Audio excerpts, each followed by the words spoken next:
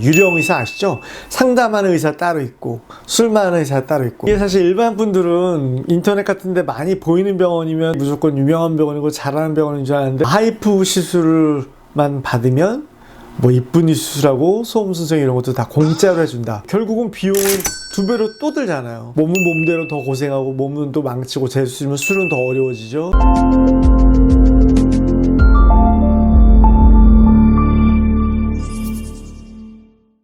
자, 오늘은 이쁜이 수술 가격에 대해서 제가 좀 말씀드려 볼까 하는데요. 이게 상당히 좀 민감한 부분일 수도 있고 좀 오해가 있을 수 있는 부분인데요. 허심탄회하게 솔직하게 좀 말씀드려 볼까 합니다. 병원 비용뿐만 아니라 모든 뭐 다른 것들은 마찬가지만요. 의료보험에 해당되는 것들은 비용을 나라에서 정해주는 거죠.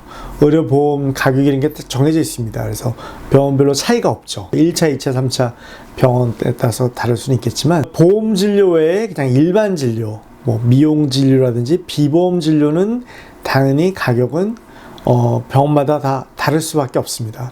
뭐 그런 거하고 비슷하다 보시면 되겠죠. 우리가 머리를 깎는데 뭐 파마를 하는 데 있어서 미용실마다 다 다르죠. 뭐 어떤 동네 병원에 뭐 조그만 뭐 데서 하는 거하고 청담동에 아주 시설 좋게 뭐 아주 뭐 연예인들을 다루는 유명한 헤어스타일리스트 하는 거하고 당연히 가격이 똑같을 수가 없잖아요. 그런 것처럼 가격이 다 다를 수 있는데, 자, 그럼 일단 병원 비용은 뭐에 근거해서 산정이 될까요? 병원도 이제 결국은 이 업장이고 매장이 운영이 돼야 되니까 당연히 장소에 대한 임대비가 있겠죠. 그리고 약품값, 재료값 이런 것들이 있을 겁니다. 그리고 이쁜이 수술이라든지 이런 것들은 광고를 많이 하는 병원들이 있어요. 그럼 광고비 같은 것도 들어갈 것이고요. 또 가장 큰 부분을 차지하는 것이 인건비죠. 간호사들이라든지 병원 뭐 코디네이터 이런 일반 직원들 인건 비용도 있겠지만, 가장 큰 인건 비용은 역시 뭐니 뭐니 해도 의사의 인건비겠죠. 수술 비용의 많은 부분을 그 의사의 인건비, 즉 의사의 어떤 수술에 대한 기술료랄까요? 그렇게 보시면 되겠죠. 광고비도 참 요즘에 보면은 광고 되게 많이 하는 병원들 많더라고요. 인터넷 같은 데 보면 주로 상단에 항상 많이 뜨는 병원들 이제 있는데, 이게 사실 일반 분들은 인터넷 같은 데 많이 보이는 병원이면 무조건 유명한 병원이고 잘하는 병원인 줄 아는데 꼭 그렇지만은 않죠. 그건 사실 돈만 쓰면은 이게 많이 보이게 할 수 있는 거거든요. 광고비를 많이 쓰면 그 비용이 결국은 수술 비용에 다 전가가 될 수밖에 없으니까요. 저희 병원 같은 경우 광고를 아주 많이 하는 편은 아닌데요. 병원 수술비의 가장 중요한 부분은 어쨌든 의사의 수술 기술료인데, 과연 그게 무조건 싼 것이 믿을 만한 수술 결과를 보장해 줄지는 한번 잘 따져봐야 되는 문제일 수밖에 없잖아요. 자, 그래서 수술비가 싼 경우에 왜 합리적으로 의심을 해봐야 되냐면요. 이쁜이 수술 같은 경우 한번 예를 들어볼게요. 기술이 낮은 사람이 수술비를 물론 무조건 비싸게 받을 수도 있겠지만, 수술을 잘하고 기술이 좋은 사람이 비용을 싸게 받을 확률은 잘 없습니다. 좀 기술이 떨어지거나 좀 부족할 때는 그걸 만회하기 위해서 사람들한테 가격을 좀 싸게 해줘야 조금이라도 수술을 유치할 확률이 높으니까요. 그렇게 될 가능성이 일단 있겠죠. 합리적인 의심이잖아요. 그리고 또 한 가지를 한번 생각해 볼게요. 우리가 수술을 하는 데 있어서 시간과 결국 노력이 그만큼 많이 들수록 수술 비용은 더 비싸지는 게 맞겠죠. 의사가 어떤 육체적인 노동을 하는 거니까요. 근데 이쁜이 수술을 하는 데 있어서 우리가 질 제일 안쪽부터 바깥쪽까지 질 입구까지 하는 거하고, 질 안쪽부터 하지 않고 질 중간서부터 질 입구 회원부도 잘 봉합하지 않고 그렇게 한다면 둘 중에 시간하고 노력이 어느 게 더 많이 들겠습니까? 그래서 이쁜이 수술 비용이 너무 좀 저렴한 경우에는 이게 과연 질 제일 안쪽부터 해주는 것인지, 질 중간서부터 해서 수술 시간을 좀 줄임으로써 수술 비용을 싸게 해줄 수 있는 것은 아닌지, 그런 부분도 우리가 의심을 해봐야 되거든요. 그래서 뭐 특히나 우리가 이런 경우를 뭐 많이 보게 되죠. 이제 어떤 이쁜이 수술 전문 병원이 아니라 산부인과 지금 분만병원이라든지 이런 데 보면은 뭐 분만을 주로 위주로 하게 되잖아요. 산과 이제 아기를 나오는 거 자체가 상당히 뭐 정해진 것도 없고 응급 제왕절개도 해야 되고 바쁘게 돌아가는데, 그 와중에 이쁜이 수술 질 제일 안쪽부터 꼼꼼히 이렇게 맞춰주기는 사실 쉽지가 않다는 거죠. 그리고 또 이런 경우가 많죠. 산부인과 이제 여자 원장님들 같은 경우는 조그맣게 병원 하는 경우에는 주로 젊은 여자들 위주로, 외래 환자들 위주로 질염이라든지 이런 간단한 산부인과 진료 위주로 많이 보게 되잖아요. 그런 경우는 당연히 진료 수가 많아야 돼요. 환자 수가 많아야 되는 거거든요. 한 번 진료 건수당 사실 병원 비용이 이렇게 많이 비싸지가 않기 때문에 그런 외래 진료를 봐가면서 사실 수술에 많은 시간을 할애하기는 사실 쉽지가 않죠. 이쁜이 수술을 하는 경우에 제일 안쪽부터 수술하는 경우는 좀 어렵습니다. 바깥쪽은 쉽게 뭐 빨리 좀 할 수 있는데 안쪽부터 하는 거는 시간도 걸리고 수술의 난이도가 있기 때문에 제일 안쪽부터 바깥쪽까지 꼼꼼히 꼽으려면 사실 많은 시간이 필요하거든요. 그러면 그렇게 하려고 그러면 수술 비용을 사실은 많이 저렴하게 해줄 수는 없는데, 우리가 이쁜이 수술 비용을 저렴하게 해줄 때는 좀 제일 안쪽부터 안 하고 바깥쪽부터 좀 대충 하는 것은 아닌지, 그런 걸 한번 좀 잘 따져봐야 되겠죠. 그리고 또 한 가지는 우리가 이쁜이 수술을 하는 목적과 그 다음에 질을 축소하는 정도나 이런 것들이 또 개인이 처한 상황이나 육체적인 그런 컨디션이 이런 것들이 다 다르거든요. 저희같이 이쁜이 수술 전문 병원에서는 수술 전에 정말로 많은 시간을 할애해서 충분히 상담을 하고 충분히 진찰을 해보고 또 환자의 선호도나 이런 것도 충분히 해서 여러 가지 수술 방법이나 옵션을 다 놓고 환자하고 찍은 사진을 직접 봐가면서 디자인도 상의해 가면서 그렇게 하려고 그러면 뭐겠습니까? 많은 시간을 할애를 해야 되는 거거든요. 결국은 수술 비용이 그렇게 저렴해질 수는 없다는 부분인 거죠. 어떤 수술 비용을 너무 좀 싸게 하는 병원들은 그런 것도 있을 수 있어요. 박리담회라고 얘기를 하잖아요. 싸게 할수록 당연히 그만큼 많이 해야 되겠죠. 그만큼 그걸로 손실분을 메꾸기 위해서는 많이 해야 되는데, 이게 수술이란 건 기계가 해주는 게 아니지 않습니까?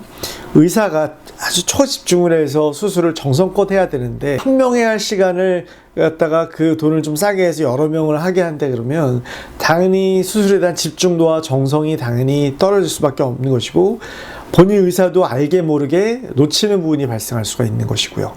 결국 부작용의 가능성을 높이게 된다는 아주 치명적인 단점과 연결될 수밖에 없겠잖아요. 그리고 또 보면 여러 명의 의사가 있는 큰 병원이면 무조건 또 좋다고 생각하시는 환자분들이 있을지 모르겠는데요.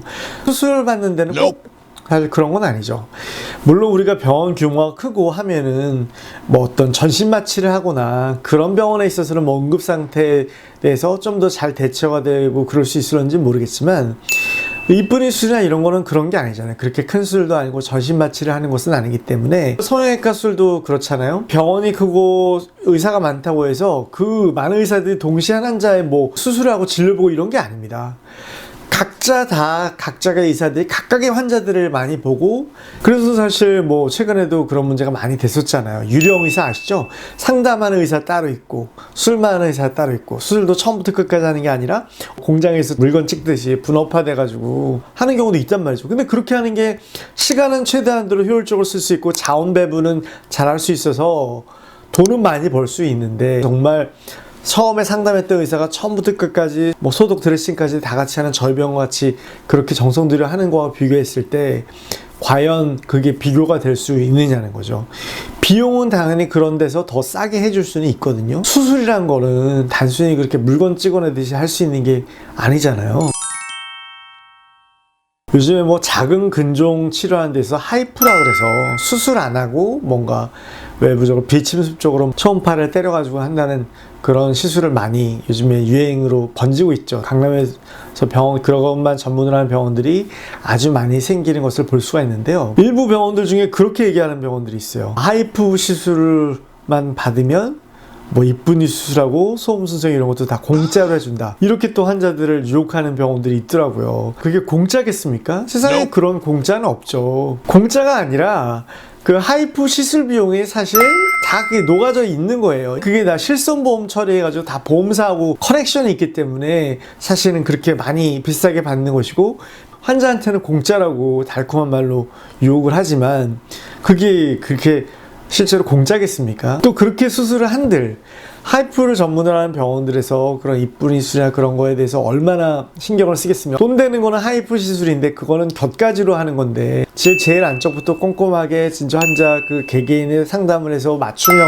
수술을 해줄 수는 없겠죠. 하이프가 전문이지 그런 게 전문인 병원들이 아니잖아요. 그래서 그런 것들은 합리적으로 좀 의심을 좀 해보셨으면 좋겠어요. 자, 그래서 여러분에게 다시 한번 얘기하지만 물론 수술 가격, 비용 중요하죠. 당연히 각자 처한 사항이 있으실 테고 가격도 물론 적정한지 따져보셔야 되겠지만 그보다 더 중요한 건 수술의 효과 아니겠어요? 수술의 부작용이 얼마나 없는지, 수술이 얼마나 효과가 돼서 만족감이 되느냐가 중요하지 무조건 싼 게 더 중요한 건 아니잖아요. 수술 전에 원장님이 직접 충분히 상담을 해주는 건지, 정확한 진단이 가장 우선시하는지, 수술 후에도 원장님이 직접 다 소독해주고 실밥도 뽑아주고 안 됐을 경우에 다 AS나 이런 것도 다 대주는지, 그런 게 다 충분히 다 포함되어 있는지를 사실은 가격보다는 더 중시해서 보셔야 된다는 거죠. 그런 상담도 되게 간단하게 하고, 상담도 원장님이 직접 많이 안 하고, 소독이나 드레싱도 그냥 간호사들이 대충 해주고, 수술이 잘못돼도 그냥 나 몰라라 이런 식으로 진료도 잘 안 봐준다 그러면 수술 가격은 얼마든지 더 많이 낮출 수가 있는 부분이잖아요. 우리 가방 같은 것도 아주 명품 가방이 있고 뭐 시장 가방도 있잖아요. 가격은 정말 천차만별인데 그런 백화점에서 파는 명품들 뭐 샤머니, 루이 뭐 이런 게 가격이 싸다 그러면 그게 진품이겠냐고요. 가품일 가능성이 높잖아요. 그런 경우가 제일 안타까워요. 그냥 집이 가깝고 가격이 싸게 해준다 그래서 덜컥 이쁜 수술을 받았는데 결국은 효과도 없고 혹은 수술이 너무 잘못돼가지고 뭐 성교통에서 잘못돼가지고 저희 병원에 재수술 받으러 오시는 분들 꽤 있으시거든요. 결국은 비용은 2배로 또 들잖아요. 몸은 몸대로 더 고생하고 몸은 또 망치고 재수술이면 술은 더 어려워지죠. 어차피 이런 이쁜 수술이나 이런 거는 평생 한 번 하면 끝나는 수술이지 수술을 또 하고 하는 수술이 아니잖아요. 제대로 된 병원에서 제값을 내고 차라리 제대로 효과를 보고 한 번 수술을 받는 게 나은 것이지, 잘못돼서 재수술 받으러 가시면 그거는 비용을 아끼는 게 아니라 비용을 오히려 더 들지 않습니까? 자, 그러면 도대체 이런 이쁜 수술 전문 병원을 어떻게 찾아야 되느냐, 사실 참 어렵죠. 요즘에는 광고도 너무 참 일반인들은 광고 많이 하면서 거짓말도 서슴지 않는 병원들이 너무 많아요. 참 일반인들이 참 이 병원을 선택하기가 참 어려운데요. 제가 아주 몇 가지 중요한 꿀팁을 좀 몇 가지 알려드릴게요.